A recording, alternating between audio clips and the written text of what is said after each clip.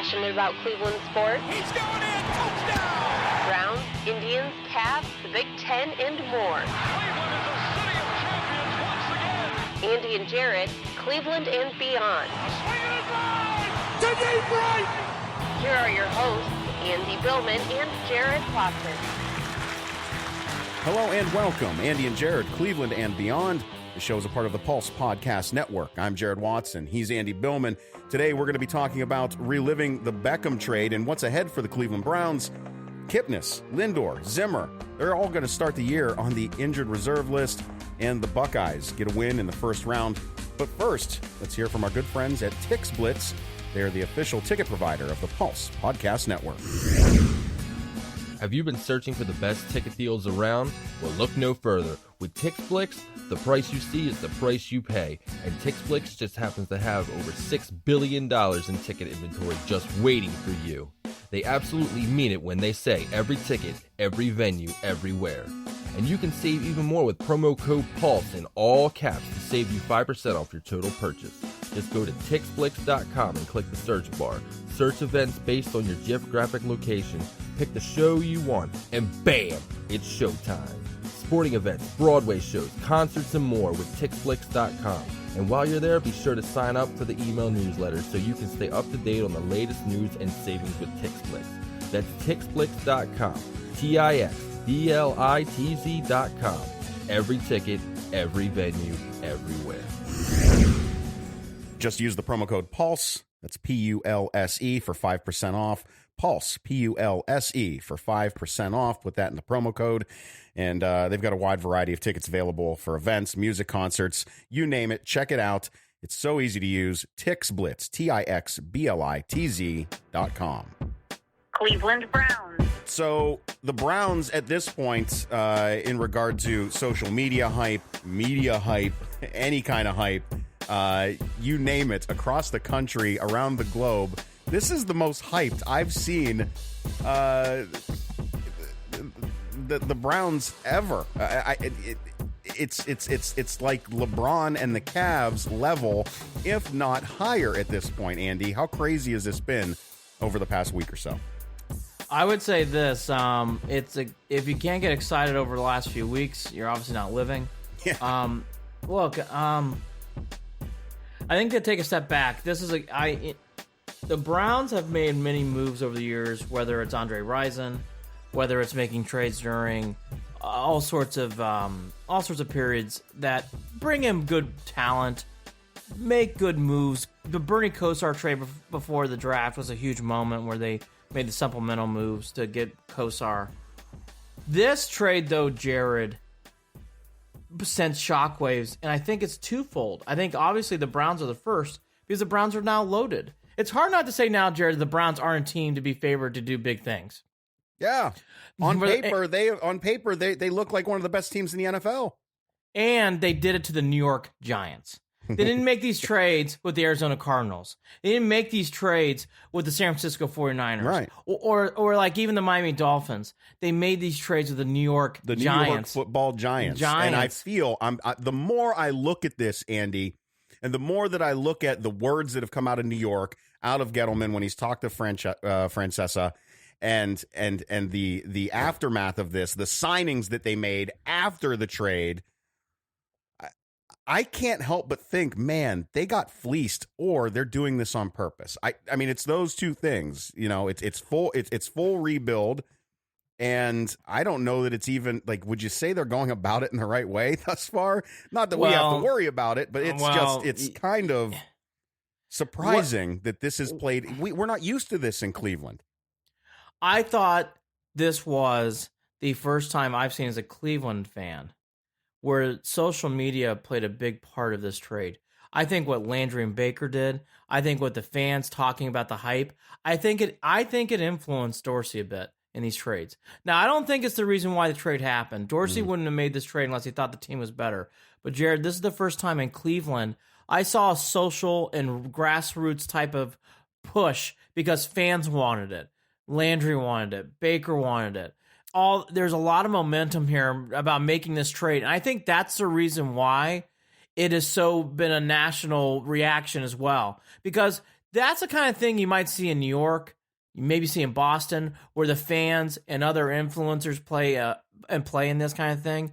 That does not happen in Cleveland. It just doesn't. But it did in this case. I think it played not the big part, but a small part of why this happened. Oddly enough, and I think it needs to be mentioned, when the dust kind of settled after this trade happened, and going right back to talking about social media,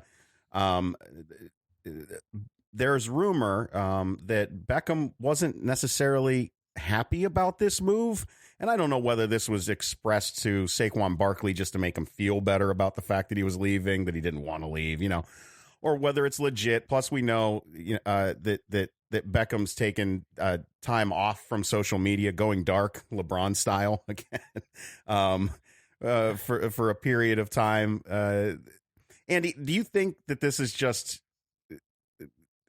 I mean, where do you think this is coming from? Do you really think that he's that upset he's coming to Cleveland to play with what, Landry, his best friend? Come on now. I think he's filtering out what happened. And what I mean by that is he wants to make sure that it doesn't come off that he wanted this trade to happen.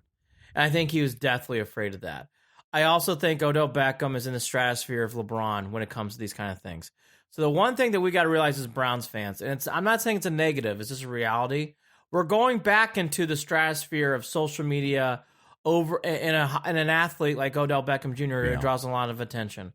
So you got to be prepared for this. He's going to have days on Twitter and on Instagram where he tweets and sends weird things out. I wouldn't read too much into it. I think sometimes Jared is messing with fans and messing with the media with some of these as LeBron did. Mm-hmm. So I don't read into that stuff a whole lot, and I would advise Browns fans not to. But if you get bothered by these things as a fan, well, you better buckle up because there's more to come. I think this is just the start of it. That's the other half of Odell. If you don't like that kind of stuff, I think you're going to be in for a long season because I think he's going to do this throughout. I think and you'll be able to tell whether it's time to worry or not when his relationship with Baker sours. Until then, there's nothing there to worry about. Is that right? Yeah. But you get my point. He can say or do whatever he wants on social media that might get people all up in arms or whatever it may be in the future, whatever it may be. Right. If Baker and him still have a good relationship, don't worry about it. Let it go. All's fine. It's fine. No. All's good. And I think that's to what you're alluding to, and it's absolutely correct. Don't get sucked into the hype of these things, positively or negatively, right? Or distraction-wise, because Beckham is definitely, again, he's in that LeBron stratosphere where he can sway the media through social media and through messaging, right. And he's going to do that. And by the way, he has done that. I don't think Beckham was upset about this trade at all. I think he was trying to filter out that he did not want it to come out that he pushed for this trade to happen. And I got that vibe. Look, I don't know. Obviously, I have no connection to Beckham. I have no connection to the people that work with him. His circle. His circle, right. I don't have them on speed dial. But the one thing I'll say is you got the vibe from listening to everybody who's talking about Beckham who are close to him.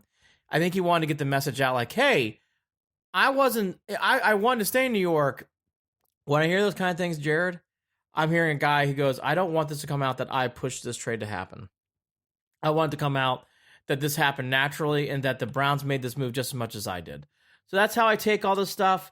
I think Odell Beckham Jr. staying quiet is more the media hype that he wants. Look, in fairness to the guy who's planned to being in Europe, he's not in this. I don't even know if he's back yet. He was in Paris. That's what he was doing. In Paris. I've heard some reaction from some people that I thought at times like, hey, give the guy a break. Like, he is in Europe. Like, let's just see what happens and let this all play out. And by the way, there's nothing wrong with holding a press conference or whatever for Beckham later down the road. And the Browns did not need him in-house because it wasn't a signing, meaning he isn't signing a new contract, so it isn't like he has to be around. Right. So I think that's going to actually cause a little bit of a stir that Beckham hasn't popped up yet for a few more weeks. And it is what it is. Let it go. So I think that's all. But again, I think the bigger picture here is I don't want to go too far down that rabbit hole anymore. But going back, I think that's interesting how this trade came about. Yeah. And then it is a part of this before we get back to the Browns section. The Giants are a huge part of this too. In reading what Peter King wrote on Monday saying that a big part of this deal was getting Jabril Peppers, I think that's the thing too. I mean, it's so strange. Such a strange. I can't take that seriously. No Andy, one does. Andy, how do you take it seriously that you're getting the word that Gettleman had his eye on him for a while? Nobody had their eye on Jabril Peppers for a while. Nobody, Andy. He must have only watched the Broncos and Falcons game. What are we Those talking about? Those are the two games that Peppers played well. It was really a must. This was a must. That they wouldn't make the trade if Jabril wasn't a part of it. Give me a break. The baton has been passed from the Browns to the Giants, as in like. Kidding. And by the way, it is a true baton pass. Enjoy Jabril the draft. Was the baton. Ended it off. By the way, right? Because the key to that trade is the first round pick. Let's all be honest here, and that's where, that's the whole joke about any of all this. The big part of that trade is the Browns giving up their first round pick. Everything else after that, draft, like a third round draft pick is fine. Peppers is whatever, but that's the big part of the trade, and that's what he should be admitting. Well, here. Maybe it's the fact that Gettleman's got the word that Jabril Peppers needs the pep talks like this. That might help his play on the field. Well, that's the thing. The Giants are really and here's where the Giants fans are wrong and everybody else. These are the type of moves the Browns used to make. Yeah. Let's not draft Julio Jones. Let's trade down to get other pieces and parts when you really need a Julio Jones. Instead, we're going to get more pieces and parts to build out these fantasy things when we don't have enough talent. Wide receivers only make 2 or 3 plays a game, Andy. We know that. God. They only have impact over a few plays per game. I will say Did this you for learn that when Ray Farmer was on this Oh my God, thing? I know. Rubbing my head thinking about that comment again. Here's the other thing too about the Giants, and then we'll go back to the Browns. They are in such a mess, and to see that the Browns have played a part in it is nice. It is kind of wonderful to see to someone like, hey, we duped you. We really duped you. Now, Beckham needs to play well. He needs to stay healthy. Yep. All those things come in mind. So I think all that is still to be true. But knowing what the Browns now have ahead of them, Beckham does not have to play all these type of like A+ games because with the surrounding talent around him and with Baker, really all Beckham has to do, and that's where I think it's nice for the Browns. If the Browns had Beckham and then we had like Greg Little and then we had Muhammad Massaquoi, I'd be like, oh my God, boy, Beckham better be healthy. He better be healthy for all these games. Jared, you don't have to have that with Beckham now. Landry, Hollywood Higgins, you got Duke Johnson, which we'll get to in a second. You got obviously Nick Chubb running the ball. And by the way, in 9 weeks, you're going to have after week 9 or after week 8, whenever however it breaks out. In game 9, you're going to get to Kareem Hunt. Well, yeah, so you have we might draft weapon. the kid too. Probably will. So the Browns have a lot going for them in all these aspects, and you got Callaway too. Don't forget him. So the Browns have a lot going for them. It's hard not to get fired up. You know, McManaman did he's on biggest trades in Cleveland history and Browns and whatever else. One thing before we get back to more things with the Browns on the field, talking more of this, banter. I do think the Kosar trade is still bigger at this point, Jared.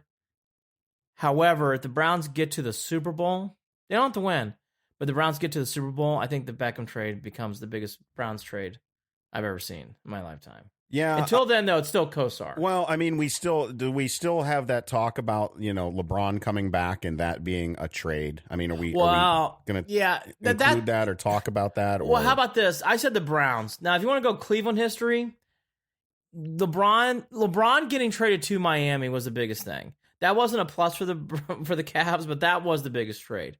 They signed him in free agency the second time around. But what happened with the Heat and them getting LeBron on the decision was the worst trade for the Cavs, but that was a trade. That's what happened. Now, if you want to talk about other things that happened, Cy Young, Trez Speaker, Shoeless Joe Jackson, those are all moves that happened with the Indians. Those are 3 huge, well, Shoeless Joe's not because he part of the Black Sox scandal. But everybody else, the huge big names in baseball. Now, they're all in the first half or even in the 1890s for Cy Young. So you can make arguments there. I love that, by the way. He was traded for either $300 or a suit. Take your pick. Well, by the way. That's so beautiful. The Indians fleeced the Red Sox getting Trez Speaker. I mean, they fleeced the Red Sox and getting Trez Speaker. Yeah. So that's why in the history of sports, Beckham is still to be determined. In the Browns stratosphere, outside of Kosar, because we know the impact Kosar made. Yeah. It's still number 2, but it could be number 1 in future years if they get to the Super Bowl. If the Browns get to the Super Bowl, the Beckham trade is the best trade of Cleveland Browns history.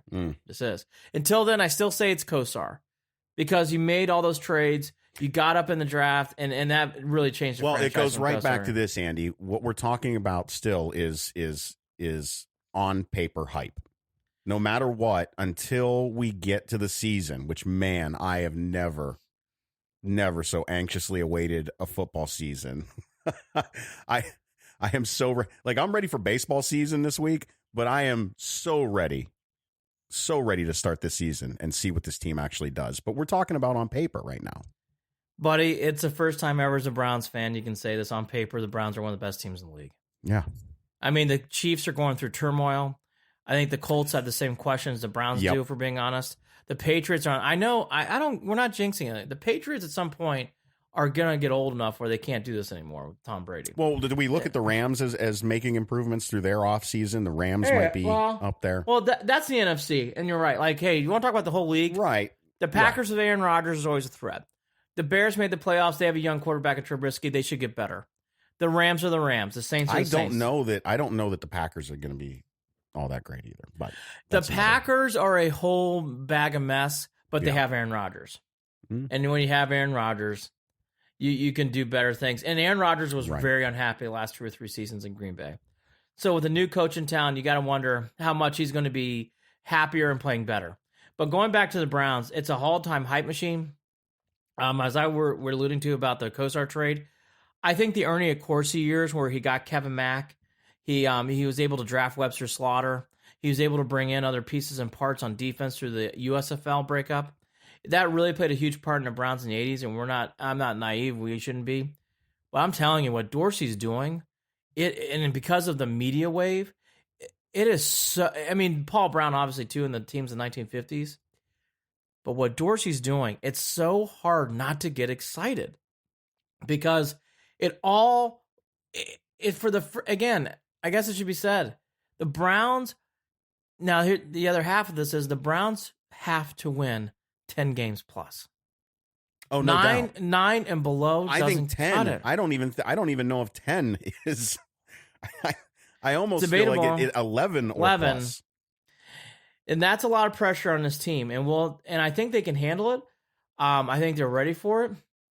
But again, what Dorsey's stock, Jared, it can get higher, obviously, as they keep winning and they get in the playoffs. But I have never seen this. I mean, you tell me you feel differently. Outside of the 90s Indians, when they made all those trades coming off the strike, I can't remember, it wasn't trades, it was signings and everything going in 94. Yeah, because the 94 season, I think we probably we would have won the World Series if there hadn't been the strike. Well, Yankees, Montreal, they can all be debated. That's for another podcast. This is the first time since the 94 season with the Indians where I can't wait. I can't wait for the Browns to kick the ball off. I can't wait. Like, I wasn't even this... I was excited for LeBron coming back. I don't know how excited I was for the Cavs. I was excited for the Cavs, but I was excited about LeBron coming back. This is a team movement. And I wasn't even that mid-90s, that early mid-90s Browns team before they left, the Belichick years. Once they cut Bernie, even then I wasn't. As good as that team had gotten, I wasn't that excited for them. No, I agree. And that's why I was still bummed out from how they did Bernie in my eyes at the time. Of course, I was a kid. But the only thing I can compare it to is the start of the 94 season with Jacobs Field opening, with the Indians making all those signings. Yeah. That's the only time I can remember as a fan where I'm like, I can't wait. This is the same thing with the Browns. I still, that day stands out in my mind. Yeah, I can't wait. Now, the challenges are ahead. We've talked about all the positives. Oh, you know what? We should touch on one thing. This crap about DePodesta having a huge role. I was going to bring that up, and I was going to. No, I'm bringing it up now. Is it really that implausible is it really that there's no way that DePodesta and Dorsey are on the same wavelength here working this together? Does that really make you that angry, Andy? He's got nothing.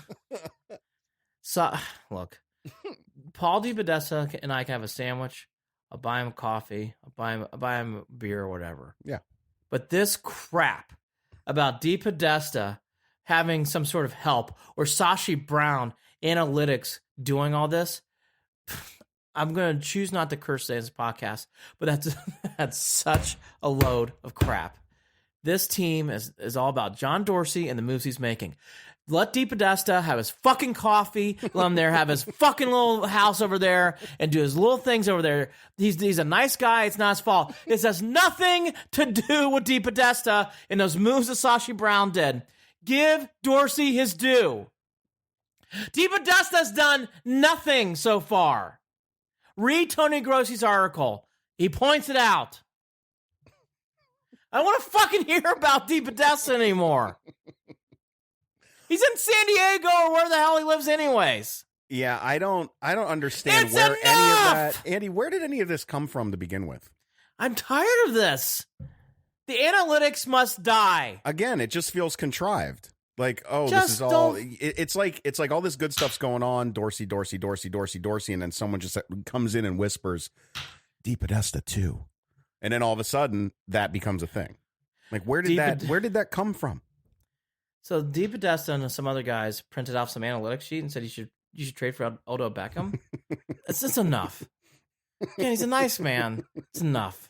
You don't need analytics to trade for Odell Beckham Jr. Let's be clear. Are we? You don't need analytics to know that a one, your second three, your late third round, and Jabril Peppers. Here's how I'll summarize. Makes sense for Odell Beckham Jr. Here's what the great analytics did so far. Okay, it told us we should try to get AJ McCarron in free agency. Mm-hmm. It told us that Jamie Collins will be the best linebacker with his stats and how fast he is. Mm-hmm. It also told us you must draft many wide receivers because if you and don't draft them high, and by the way, draft. I mean, remember all those guys the Browns drafted 2 years ago? Yeah. The kid from UCLA is gone. All these, the only ones worked out's Higgins, and that took a lot of work. And that's a credit to Higgins. But everybody else, they're all gone. This DePodesta stuff, let Dorsey have his due, okay? I'm not saying DePodesta's a bad guy. Just let Dorsey. This is Dorsey. I'm telling you, someone who studied sports for a long time. This has nothing to do with DePodesta. No. I doubt he's been in the building in the last few months. Maybe he's in Europe too. He should be. Cash your paychecks and relax. It's okay. You don't need, again, and this is the funny thing. Yeah. I'm sure Dorsey does take some of the information DePodesta and his department takes and uses it for his advantage. But he has no influence in these decisions.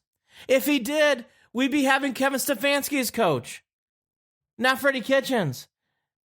Okay? Yeah. Imagine if analytics played into that decision.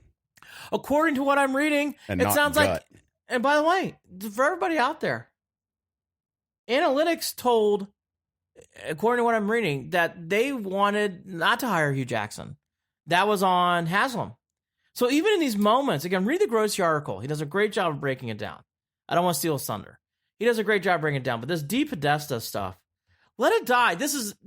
Analytics has a role in this team, but it's not the role people are trying to make it out to be with DePodesta. Right. Okay? Okay. So let's move on to this, Andy.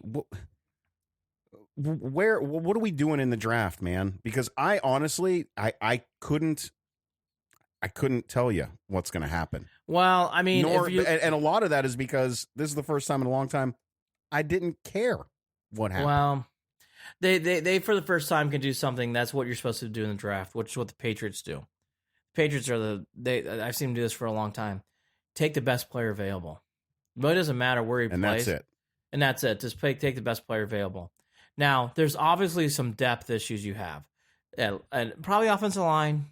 Yep. Obviously linebacker. Mm-hmm. And you can never draft enough cornerbacks or safety guys or secondary guys, not just for the defense, but for special teams and whatever else you have. I think those are in play. But again, like I would also draft a tight end. I know. We're talking about a tight end or a running back. I mean, both. Yeah. For me, I'm more worried about the running back. You look more at the tight end position. Tight end. I think those are up for. But again, it's going to come. Who's the best on the board? Yeah, if I were the Browns, I would take because the best player we're available. Not forced. Our hands aren't being forced. That's right. You're not forced to draft a quarterback. You're not forced to draft a wide receiver. That's right, and that's why. Knowing Dorsey, well, take the best player available. Truthfully, if it happens to be a running back in the second round, take a running back. Right. If it happens to be an offensive tackle, take an offensive tackle. If the best player available at that spot as a guy who's a safety, take a safety. Do whatever you need to do, but I would honestly, if I were him, knowing what's ahead for the Browns and seeing what they have, I do think another pass rusher and a tight end would really, really tempt me a lot. I would be very tempted for either. Outside of that, best player available, and it could be anywhere. The other thing too, I wanted to get into real quickly, and by the way, I agree with you. Little or no buzz about this draft. The Kareem Hunt suspension came down to 8 games. I don't think that was surprising one way or the other. In fact, it's so surprising you and I didn't feel to talk about it until today.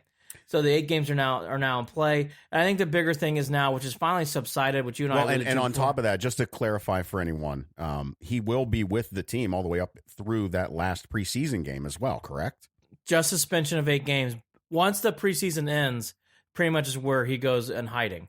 And then Hunt comes back after. And according to Dorsey, he's been the one in the building. He's been the one working out. So all signs are that Kareem Hunt is taking the steps that he needs to take towards his redemption and towards his resurrecting his career, continuing his career. What I'd love to hear from Kareem Hunt, which he will be interviewed at some point in April, I love to hear how he's doing off the field, how the young lady's doing, how things are going on with him, and how he's rebuilding his life. That to me is more important right now than the. And I do agree with you. I think those are good signs for the business side and for the on the field. I'm more interested for Kareem Hunt to hear, how are you doing otherwise? How's everything else going on in your world? I guess I'm thinking about that as playing into his off the field, meaning I agree. This is a time where he could be out and about and he's in the building. No, he's keeping his nose clean. He's doing a nice job. There's definitely, again, I was against this move of signing him, and I still am not a fan of it. Yeah, I don't think any of us were a fan of the move, and for all the right reasons, Right. But I also think Dorsey brought him on for the right reasons in his mind. That's right. And I was going to say, but you have to move forward, and I've liked how Freddie and I liked how Dorsey have handled this, so I have a positive vibe about it. Duke Johnson rumors have really subsided. Agba rumors have subsided. I do think both are in play to be traded at one point or another, especially Duke, because it sounds like Duke's very unhappy if you kind of read in between the lines. I think Agba, it's hard to tell. Will they trade either? I don't know. I think the biggest thing with Duke Johnson is you can't trade Duke until Kareem Hunt comes back. I think that's game 9. So I don't think I think trading Duke would be a mistake unless you draft a running back you really trust. And then when it comes to Agba, I think it just depends if Agba can really handle being a backup, because he is a backup. He's not going to be playing as much with Vernon in there. And honestly, Jared, I'm actually in favor of probably more of opposite what people are hearing. I would keep Duke Johnson this year, even if he's unhappy. I would try to get him to talk to Kitchens and see if Kitchens can calm him down. So that way that's what I'm hoping is that let's see what Kitchens can get out of him. Let's see what kind of relationship they can build. Because even if Duke Johnson knows he's getting traded or whatever it is, I have the feeling that Freddie Kitchens is an open and honest person and knows how to talk to these guys and have these conversations and earn their respect and earn their trust, so that they'll, in a sense, be working together towards this. Like, hey, Duke, at the end of the day, your play on the field right now is only going to help you if you do get moved down the line. Well, right. And I think that's an honest conversation that Freddie could have with Duke. And as we all know, running backs get injured, and Chubb did get injured in college and was out for a season. Yeah. So injuries do happen running back frequently. So Duke Johnson's going to get playing time, in my opinion. And then when it comes to Agba, I am not high on Agba. I was watching him, and I don't think he's improved as a player. I think if you draft a defensive lineman who's on the outside who can give a pass rush, I'd be tempted to trade Agba. Right. I also think that giving these guys a little bit of a break and having fresh legs helps too. And I do too. And maybe that would help with Agba a little bit, or the competition for time on the field too.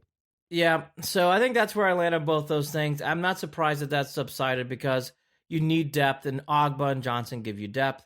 So I think that, that's what really what it comes down to. Yeah, I mean, look at there. what we're talking about here, Andy. We're talking about these little, the little things, No, it's true. Since when have we ever with this team talked about, oh, well, maybe they need to tweak this, or maybe they did are you kidding me? Yeah. So true. Sorry, it's just very surreal to me still. It's very really, surreal to me that this is our conversation. Well, after we get to our list of transactions, wait till we talk about the next one, which is kicker. But just a real quick. Well, maybe I will get worked up again. We'll talk about that. I was going to say that for the end. Couple others. Here are the signings that happened after the Odell podcast. Yep. Phillip Gaines is a defensive back. You got the offensive linemen, Lamb and Cush. A linebacker, Adrius Taylor. A tight end, Demetrius Harris. And then, of course, Sheldon Richardson, which we already knew. And then Ray Armstrong was also re-signed. So you got a bunch of backups, basically, that have been re-signed by the team. Right. That alludes to the last thing, which I think is actually the big... I don't have any more questions aside from this. What are you going to do about your kicker? I think we're really at that point. Jared, I'm not going to freak out. I'm not going to lose my mind. This Greg Joseph thing of him coming back, I do have a problem with. It's the only thing in this whole offseason now. And when you get down to this, you're in pretty good shape. The rumors are that came out on Tuesday. I want to make sure I got the gentleman's name right. There was a guy from the Boston Sports Journal who was saying that they are out. Greg Bedard. You're talking about Gostkowski, not... Gostkowski supposedly is not in the running at all, right, to be coming to Cleveland, according to him in the Boston Sports Journal. So you take that in mind. Are the Browns going to draft a kicker? Are they going to look? I mean, they have to look at more kickers, but the kicker market's dried up except for Gos. Here's where I'm here. Okay, I'll just allude to it. The Browns are down to Gostkowski or a bunch of names we don't know coming in to challenge Greg Joseph. That's where you're at. Or you draft a kicker. Would you rather have Phil Dawson and no one, or everyone and not Phil Dawson? Because that's where we're at right now. I would make such a push on Gostkowski.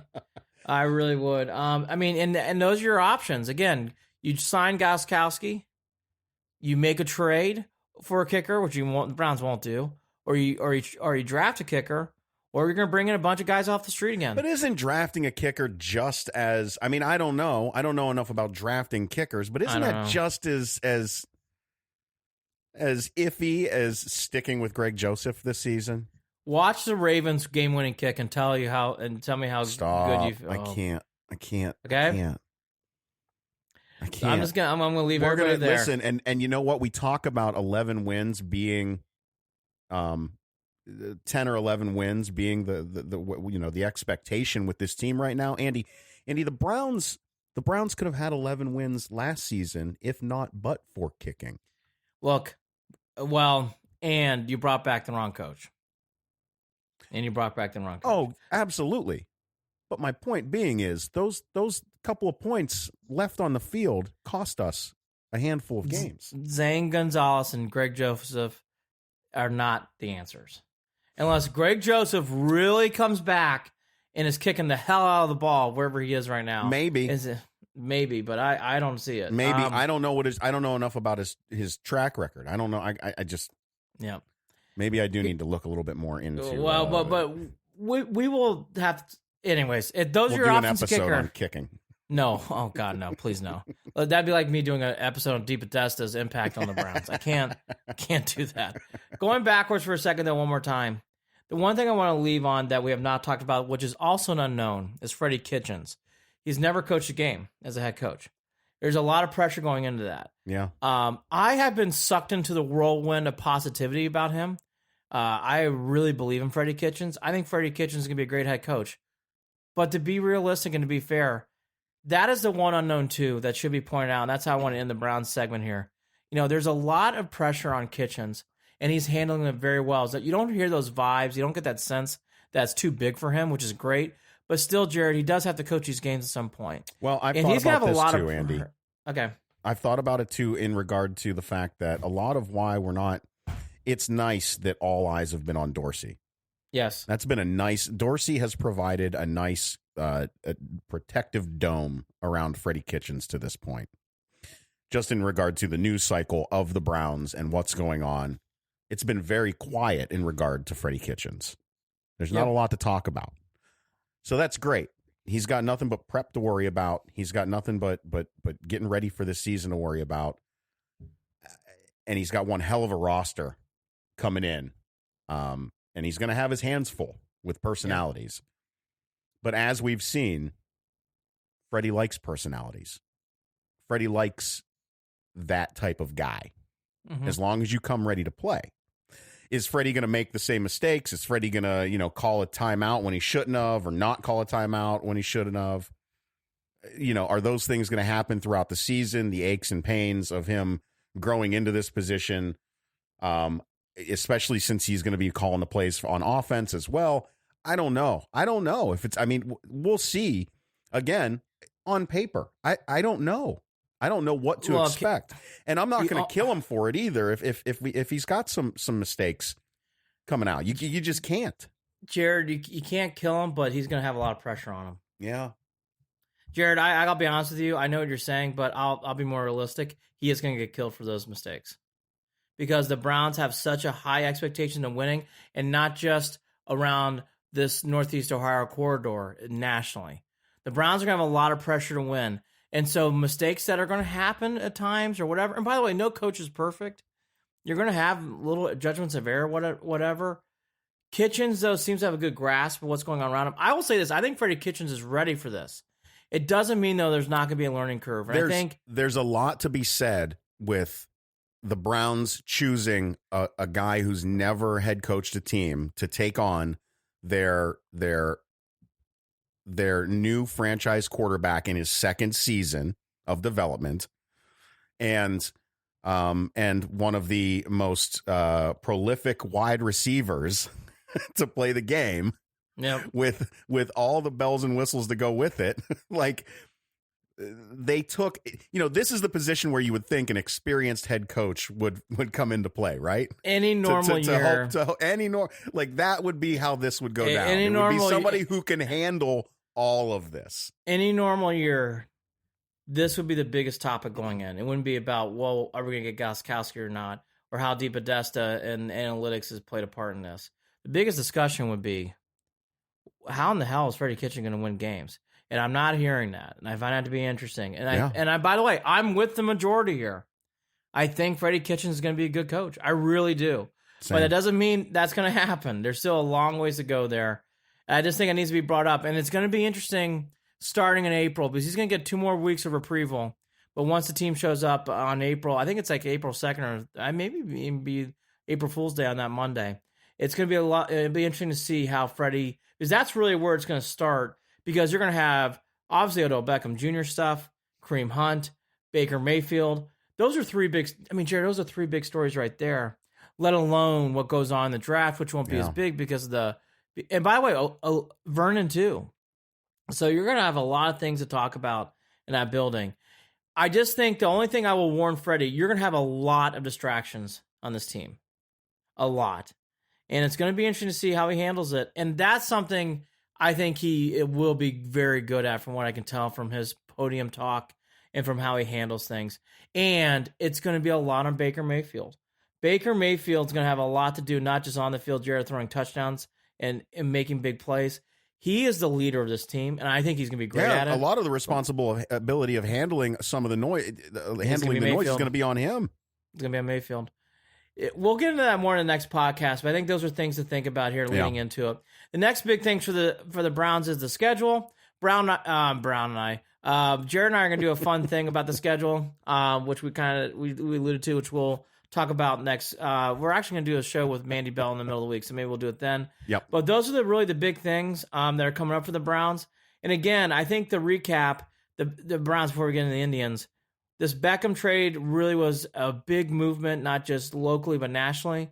I really think social media and the fans played a little bit of a role in this and kept momentum going. And it's been amazing, the positivity for not playing it down, how positive the Browns are right now. It's amazing. Dorsey's grade for the offseason moves, Andy. I'm saying A+. I have to. I have no other grade that I could possibly give. It's an A+ because the Browns are now considered a favorite not just by us, by people in Vegas to possibly go to Super Bowl. Yep. It's amazing. And by the way, I think they're right. I really think they're right. I think the next thing we'll talk about the Browns is where this season's going to start off. From everything we're hearing, it sounds like it's going to be the Jets or the Pats. I think either one of those make a lot of sense. From my days at ESPN, a lot of internal pressure, I'm sure, is being put on for the Jets and the Browns. That's going to be in New York. That makes a lot of sense. The ESPN hype machine could really do a great job of that game. And then Sunday Night Football, Pats and Browns would be a big game too. Those are the two games I would really circle. Those are everything that I'm hearing. I think either one's very plausible. I'd be kind of surprised, Jared, if it's not one of those two games. But I don't think the Browns are going to be starting off the season in Cleveland. I think they're going to be on the road in an East Coast site.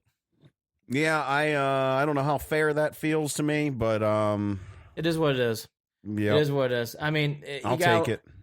Well, the Browns are going to get a lot of spotlight and attention. It's going to kick off right as the year becomes. Hey, what's going on, everybody? This is 8-Bit Ray from the Gorilla Brain Podcast, part of the Pulse Podcast Network. Did you know that you could be using this spot to advertise your company or business? Well, I've done the research, and podcastinsights.com report that podcast listeners are loyal, affluent, and mostly college educated. But most importantly, are 5 times more likely to interact with the ad they hear on their favorite podcast than an ad from any other medium. If you would like to advertise your company or brand with our network, it's simple. All you have to do is send an email to marketing@pulsepodcastnetwork.com. I'll say it one more time. marketing@pulsepodcastnetwork.com. And we hope to hear from you soon. So, Jared, we're going to talk to Mandy Bell in the middle of the week. Cleveland Indians. The Indians are about ready to start their season in Minnesota. The Indians have been a roller coaster ride of emotions. You get down, you get up. I'm down again. I'm down again. The latest that came out as of yesterday, which is Friday, the 22nd, Kipnis is still on the DL. In fact, he's going to be on the IL. So the IL for Kipnis, which is the new term now. Zimmer and Lindor join him, so none of these guys will be available for the first 10 days. Yeah. The Zimmer and Lindor thing, let's shelve that for a second. Let's bring up Kipnis, and then we'll get to the Carlos Gonzalez thing too. I think it's now needed to be talked about, Jared. I mean, how much longer are we going to go with this infield? I mean, you're relying a lot on Moroff to play a lot of time. Chang's already been set back down. Jared, we're short an infielder. Andy, we knew. This is what's driving me nuts. You want to cut payroll? Cut payroll. You want to make the moves that you made? You want to, but this is the other. So two things that have happened in this offseason that drive me nuts. Right to this point, right? Right. Is our catcher position and ignoring Kipnis. Yeah. That issue that is going to be huge this season. I don't understand how they did not have, again, do what you want with payroll, a real legitimate contingency plan for what they're going to do with this infield this season in regard to Jason Kipnis, whether it be his play or injuries or what. This is his last season. He's on his way out. How the hell have you let it get to this point without doing anything? We talked about this with Mandy, and we talked about this on our podcast the previous season. The Indians' infield was thin. And if you had any injuries or have any problems, now we're here. You have a first base situation pretty set up, but your third and your second baseman and your shortstop, because Lindor's hurt, is a problem. You're basically going to have Jose probably starting in second. You need Moroff to play short. I don't know who's playing third. Yeah. I mean, the Indians are really, really in a tough spot. And honestly, I'm just going to say it. It needs to be said. Even when Kipnis comes back, I think you still need another bat in there to challenge him. You have to. I mean, Kipnis did not bat above 200 until late August. No, and I don't have any reason to think he's going to bat any higher than 200 this season. I don't get it, Andy. Yeah, the infield's a problem. And then there's the out. Okay, let's get to the other interesting point of view. So Matt Joyce gets cut because he can't hit. You signed Carlos Gonzalez, who, yes, was at one time a great player, but let's be fair. The reason why he's out in the market is because he's gotten older and he's not the same player. He's not going to be ready until May anyways. And then you got this weird situation. Look, there's two ways to look at the outfield. I'll give the positive on the back end, but the reality of 19, you have all these outfielders. Leon's Martin's your center fielder. Okay, great. Allen and Naquin, and then you got Bowers probably playing. He's going to have to play left actually now. And then you got Jordan Leplow, and I've never even heard of Trace Thompson. I don't even know what he does. So, and Naquin's not hitting in the spring, and you can tell Naquin is not in the long-term plans of Tito Francona. And we knew that this team was going to change. We knew that the look was going to change. We knew that it was a quasi rebuild. But Andy, this team had enough talent that they should have made a push for at least one more season. Jared, and they just didn't. And I don't understand what's going on. I feel like you're taking a team. You know, when you're floundering, you're like, yeah, it's time for a rebuild, right? You see that coming, you know it's coming, whatever. The Orioles are going through it, locally where I'm at right now. Andy, the Indians weren't in that position. They were in a position where changes needed to happen, but they weren't in a position where they just could let it all fall apart. Here's how bad it is. And that's what they're doing. Here's how bad it is. It's anybody's guess the starting lineup to begin the year. That's my problem. And they might have guess. young talent. They might have young talent. Hey, what are they doing? Tito doesn't even know what he's doing yet. No. And that's not fair to him. No. The 2020 Indians, I'm excited about. Oscar Mercado, Daniel Johnson, Bradley Zimmer, they're all going to be great, but none of those guys are starting the year. The 2020 outfield situation for the Indians is great. But 2019, Naquin can't hit. I've started to learn Greg Allen is a good utility outfielder, so that's fine. We don't really know what Bowers is yet. I think he's going to be a good player, but truthfully, we haven't seen him play. Leplow is obviously not impressed. And now you got this situation where you're bringing in Carlos Gonzalez. Why? Because your other signing, Matt Joyce, didn't work out. He stunk. Had to get rid of him. And by the way, our lead-in was not about the outfield. Our lead-in was about the infield. The Indians have a lot of grayness on this team when it comes to their lineup. And again, 2020, hey, I'm all on board. I think the Indians are going to be exciting. A team favored to win the Central, Andy, and we don't know what the lineup is for the opening day. Ready for this? Here's my note about the Indians. Excited about 2020. I think we forgot about 2019. I think we've completely forgot about 2019. I mean, this is a joke. They better watch out because a lot of people are going to forget about 2019 really quickly. And they already are struggling. They already are struggling in regard to putting butts in the seats. I'm telling you, this is going to be... You want to play... we'll play another fun game with Mandy Bell. What is our starting lineup on opening day on Thursday in Minnesota? Maybe listen, Mandy's going to have to do something to brighten my day because right now this is as down on this team as I've been, I think, throughout this entire offseason. Well, again, my headline, the Indians are going to be great in 2020. I'm excited. I think they forgot about this season. It just feels like they forgot. And by the way, it's nice and it's cool, and I love Francona. No, I don't want to talk about him jumping out of airplanes anymore. I want to talk about the outfield. I want to talk about the infield. I'm telling you, it is the smartest PR move the Indians ever did. Hey, Tito, can you jump out of an airplane again? Because we got to cover up for this mess. Andy, they got me. I shared that video on our page. Oh, I know. And by the way, it is a cute video. And I love Francona. Okay. He looked like he was scared shitless too, by the way. Yeah, he did. And let me just say this. I love Francona, and I know, unlike Freddie Kitchens, he's a proven, and I love Freddie too, but Francona's got the chops, and he'll handle this. But he has got quite a challenge because if you can tell me the starter at shortstop and third base and left and right field, and you can get all four correctly, I might give you some good cash. I think that's a really hard guess right now. Well, Mandy's going to... Mandy, please come and call me. Soothe my worries here. For a team that is supposed to... I've never been so down on a team picked to win the AL Central. Jared, how could you not be down? I don't know. I will say the one positive. I'm glad they're not making these long-term giant deals. Maybe I do want them to do a long-term giant deal for Frankie Lindor. Lindor. But a 5-year would be fine with me. Well, right. You know what I mean? Not a 10, not a 12. Well, let's get to it. The pitching staff's going to have to carry this team in April. They need to survive until May when Lindor, Kipnis, and Zimmer are back on the field. Looks like Zimmer's going to be back on the field sooner rather than later.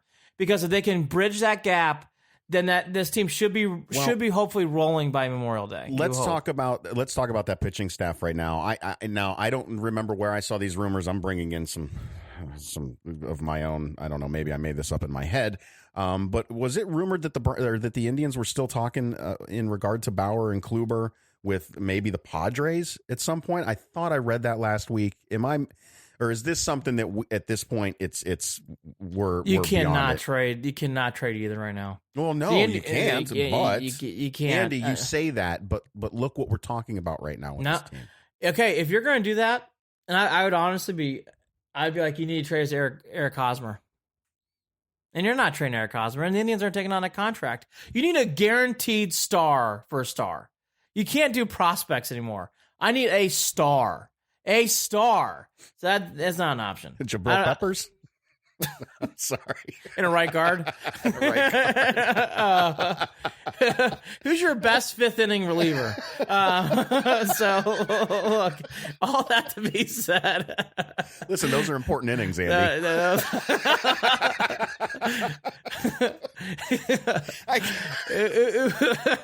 Think about the Giants. They're excited about a right guard and Jabril Peppers. Yeah, think about that. He's going to press conference. I feel better now. Thank you for distracting me. I think I distracted myself. And by the way, forget you lost Odell Beckham. You lost your best pass rusher. I know. But we have Jabril Peppers. Yeah, you got Jabril Peppers. And a late first round pick. Does that sound like the old Browns? Oh, it's so great. Mm-hmm. And I live in this area of the country. It's going to be so much fun this year. Back to the Indians. I just took a sip of my tea, but that's none of my business. That's right. Here's how I'll wrap up the Indians. The big thing, they have to survive in advance April and probably half of May. Because even when Kipnis and Lindor and Zimmer come back, maybe Zimmer's more like late May, you're going to have to still get them in motion and get them in playing shape, right? So you're talking survive in April, let's just be, and by the way, all Francona teams do this. April's going to be hell. They'll have a 3 or 4 game losing streak somewhere in the middle. They start off in Minnesota. Boy, you cannot pick the worst climate to start the year. And the Indians never do well in cold climate to start the year, too. So the Indians do have all these questions. You just hope. I'll tell you, the other big thing on this team, boy, I hate to do this, but because I love the kid, it's going to be really, pitching will lead the way. It is going to be such a big deal that Jose Ramirez hits early. He has to hit early to carry this lineup, and it's going to be a lot of pressure on him, but he has to hit. The one other thing I want to mention to you, in case you want to touch on anything else with the Indians, I have been hearing fantastic things about Shane Bieber. Fantastic things about Shane Bieber. It sounds like he is having a lights-out spring. Yeah. And, Jared, I think Clevenger's on the up, Bauer's on the up, and I think Shane Bieber's on the up. And that is so exciting. And we have not mentioned Carrasco or Kluber. The starting five of the Indians are so good. They just hope that they can carry this team. Because Brad Hand's a legitimate all-star closer. And with those guys, I mean, the Indians are going to be it's going to make April and May bearable. Yes. And by the way, you can't have too many injuries in your starting rotation, which every team does, not just the Indians. Usually there's one starter gets nicked at one point or another. The Indians really can't afford to have any more nicks. And again, Jose Ramirez has to hit early. Has to, Jared, he has to. If he's hitting around 200 or below, man. And by the way, that's typical in April for hitters. Yeah. I think it's going to be hard for the Indians to win games. It's going to be really, really important he stands up.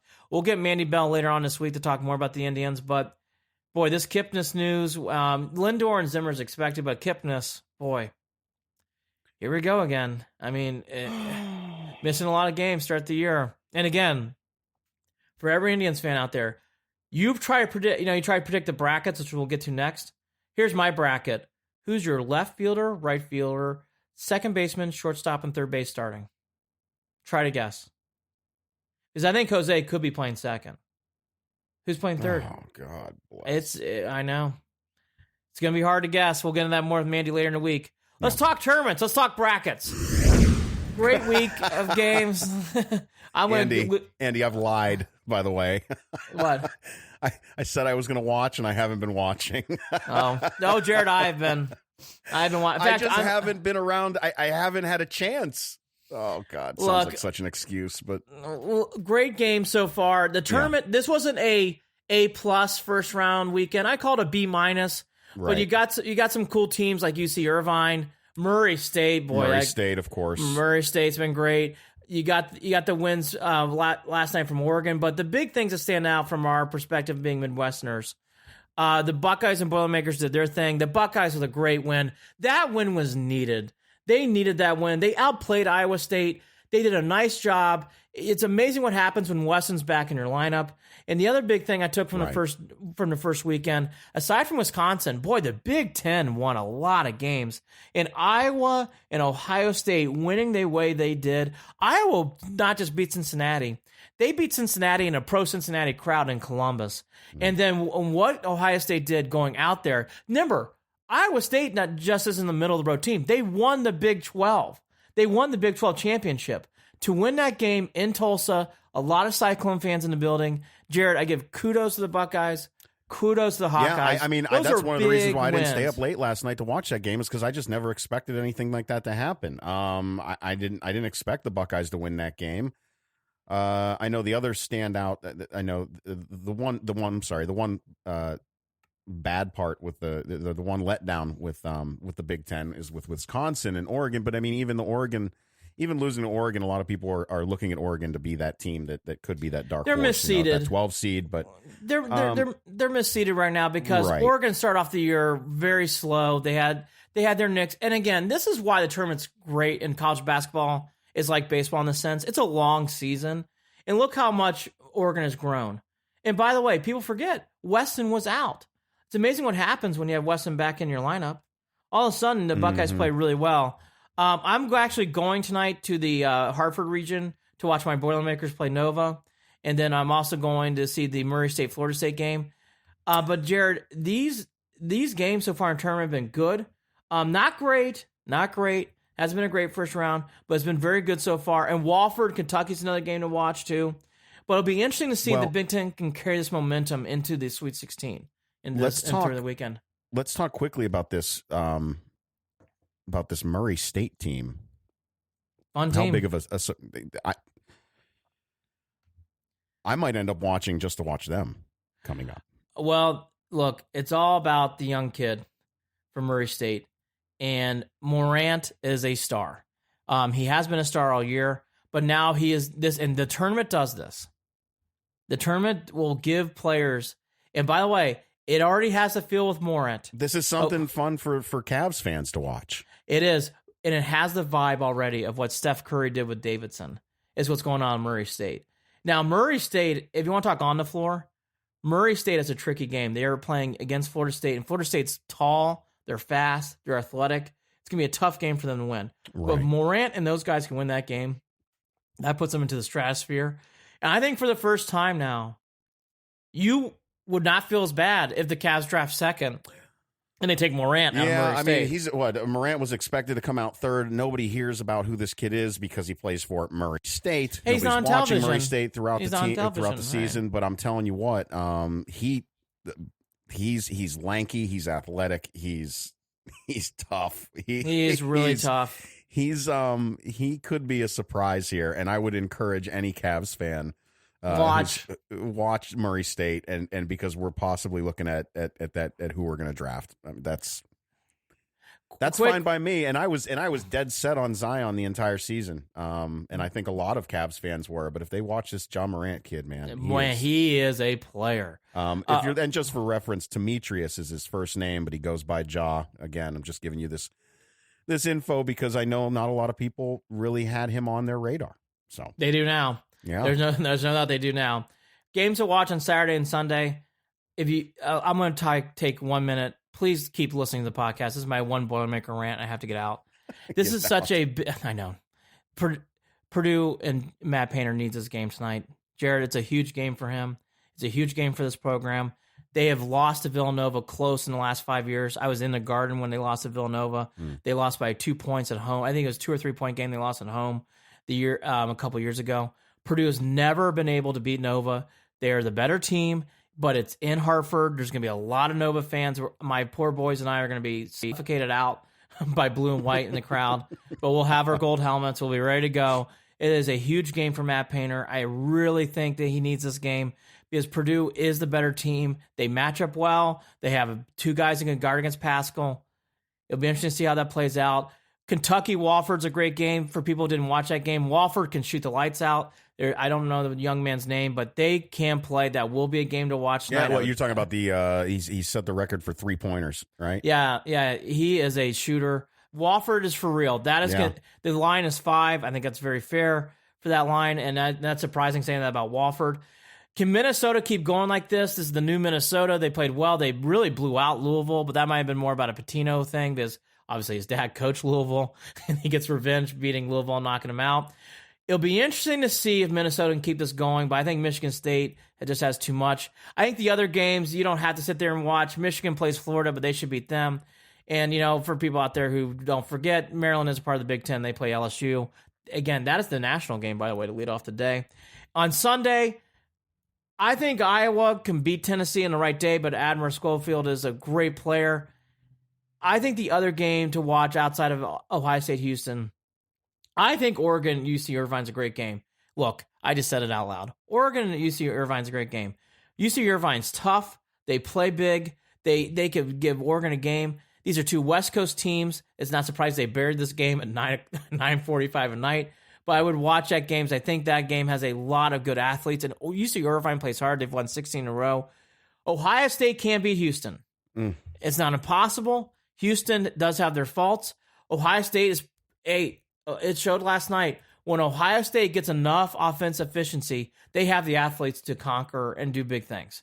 I think they can beat them. And then the earlier game that night, I will be all over Buffalo, Texas Tech. I would love to see Buffalo win that game. I love seeing MAC teams do well. That is a winnable game. Buffalo manhandled Arizona State. I mean, manhandled Arizona State. Jared, Buffalo has a chance to get in the Sweet 16, and it's always great when MAC schools get in the Sweet 16. It's always great. Well, I know there's a lot of folks that are talking about that first round, like you said, about a B plus watchability, about B minus, excitement rather. B minus, yeah. B minus. It's gonna get better though. It's gonna get. I mean, because I guess what the problem is that the big storyline hasn't come out yet. And that's gonna develop, I think, over the next couple of days. Duke is gonna face against a 7'6" kid, by the way, for Central Florida, and he's good. Yes. He's good. He's good. I heard discussion on whether that kid is actually good enough to actually play in the NBA or if his talents are just. Well, by the way, we're going to find out. Is what makes him good in college. By the way, we're going to find out. Yeah. Because against Zion Williamson, I mean, there's not a better test you can have. But those are the things to watch. For Jared and I, I'll have a little bit of a laugh. You got the Virginia battle too between Liberty and Virginia Tech, in San Jose, California. Tickets still available. By the way, for that Liberty matchup, and Virginia Tech, for Liberty, Virginia Tech, 7:10 goodness. TBS. I mean, that you want to talk about some battle lines to be drawn, but there are some good storylines out there still. Morant, Florida State will be a great game. Murray State, Florida State will be great tonight. Obviously, I'll be all over my Purdue Boilermakers, but I think Ohio State has a chance to get by Houston. That's not an impossible game. And again, I think the big takeaway from a Midwest perspective. The Big Ten, especially Iowa and Ohio State, really held up the flag of that conference well. They really, really held their own. And I thought Iowa and Ohio State winning the way they did really showed a lot about the strength of that conference. And Minnesota, what they did to Louisville. I know there's a lot of Pitino in there, but Minnesota manhandled Louisville. And that was a 10-7 matchup. So again, Big Ten did really well. Really well in the first round. We'll have to see how it plays out. And Morant might be the new guy. Cleveland Cavaliers. As for the Cavs, they lost. I think it's not so much wins and losses now, but I think they did get 4 straight, right? They won 4 straight. They did, and they beat the Bucks, and that's not easy. They beat the Bucks, and by the way, they gave a game last night to the Clippers. Just happened to lose late. The bigger story. Clarkson had a 3 rattle out, correct? Correct. To end the game. Correct. I think the bigger story here, though, is Sexton is really becoming the player I thought he was going to be. Yeah, and he's really towards taken the end of this season. Now he has come into his own and scoring 20 or more over a handful of games here, and just what a relief. Would you call that a relief at the end of this season with this Cavs team? Here's the thing. I'm not surprised. I knew Sexton could play. Right. I knew Sexton was raw. Now he's coming into the player that I thought he would be towards the end of the year. I think for the Cavs, there are so many positives going into this. And again, you're still right where you should be. You have a 2-game lead on the losing side of things with the Bulls. Right. And you're about ready to go on the West Coast. So it's really going to be tough for the Cavs to do too much with that seed, meaning like the Cavs are pretty much locked into the third, and all those are minuscule percentage points. The Cavs have a great shot at getting the 1 or 2 or 3 pick. Right. So, They really do. I'm fine with all of that. I think what also makes this this season, the pill that it is, easier to swallow, and I think it needs to be mentioned, but we don't have to get into it, is, the Lakers have officially been nixed from playoffs. And I just I think that that makes it a little less painful as Cavs fans to not have to watch LeBron go to another finals with another team. Well, I'll bring up a bigger discussion. I think outside the East, like, will I be into Boston, Indiana a little bit? Pistons, Sixers, no. Raptors, Nets, no. Yeah. Heats, Bucks, no. Will I be into the second round of those games? Yes. In the Western Conference, do I have any interest in Warriors, Spurs? Nope. Jazz, Nuggets? Nope. Clippers, Rockets? Nope.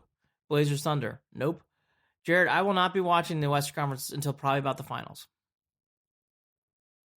Why would you? And that's a problem.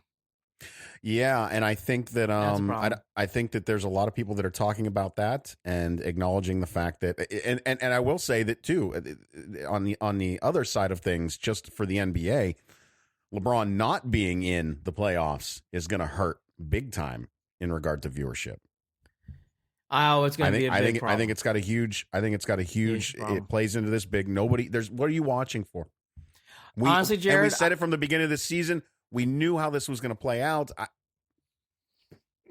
didn't know it was going to be this bad with the Lakers. My goodness. Jared, I think they got a bigger problem too in that your last 2 weeks of the regular season mean nothing. No. Nothing. The Spurs have a 6-game lead on the Kings. So the 8 seeds in the West are locked, and no one cares whether the Magic or Heat get in. No one, unless you're in Florida. And even I don't think they care. Yeah, well, are you really concerned about the Hornets Dwayne Wade wants to ride out on that into the sunset with whatever. Yeah, whatever that means. I mean, again, these are storylines that don't matter. No, I find the NBA to be very boring.